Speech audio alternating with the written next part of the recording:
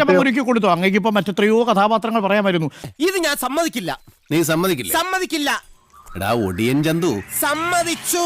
അല്ല പിന്നെ നമ്മളാരും അധികം ഈ അങ്ങ് കണ്ടിരുന്നോ ഈ മഹാഭാരതത്തിൽ അങ്ങനെ ഒരു കഥാപാത്രം ഉണ്ടോ? ഉണ്ട്.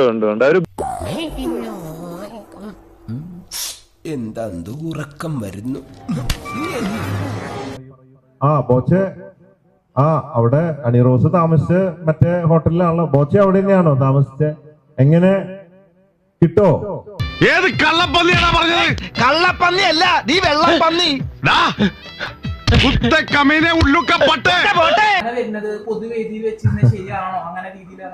അല്ല അതിപ്പോ എന്താ ഓരോരുത്തര് ഞാൻ നടീന്നേ പറഞ്ഞോളൂ, വെടിന്ന് പറഞ്ഞിട്ടില്ലേ? ഞങ്ങൾ കണ്ടിരുന്നു അത്. നാണം ഉണ്ടോ നിനക്ക്? നീ എന്തിനീ ആവശ്യമില്ലാത്ത കാര്യങ്ങൾ പറഞ്ഞു പെരുപ്പിക്കണേ? ഞാൻ എന്റെ സ്റ്റാർ ജെമിനിയാണ്. ഇതൊക്കെ ഞങ്ങളോട് പറഞ്ഞത് എന്തിനാണ്? ഡ്യുവൽ ക്യാരക്ടറാണ്. ഇന്നത്തെ മൂഡല്ല നാളത്തെ മൂഡ്. ഡിഫറെന്റ് റോളില് പോയിക്കൊണ്ടിരിക്കുന്നതാണ്. അപ്പോ നിന്നെ കണ്ടപ്പോഴേ എനിക്ക് തോന്നി നേരെ ചുവയുള്ള തന്തയ്ക്കും തള്ളയ്ക്കും ജനിച്ചല്ലെന്ന്.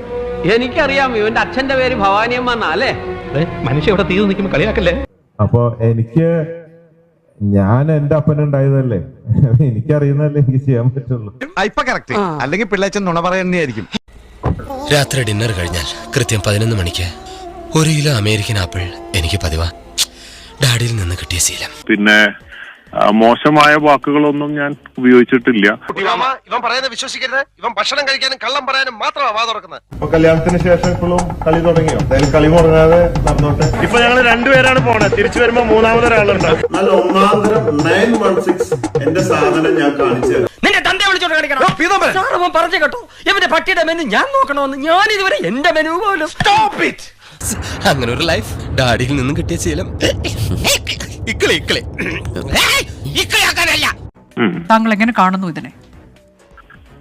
ഞാൻ സ്ത്രീത്വത്തെ അഭിമാനിക്കാറില്ല. സ്ത്രീകളോടൊക്കെ ബഹുമാനാണുള്ളൂ. എന്റെ കയ്യിൽ അവനെ കിട്ടിയേ ഞാൻ അവനെ അരിഞ്ഞ് മുളകിട്ട് അങ്ങനെ തിന്നിടോ. കഷ്ടായി പോയി. വെടി വെച്ച് കൊല്ലണപ്പ അതിനെ.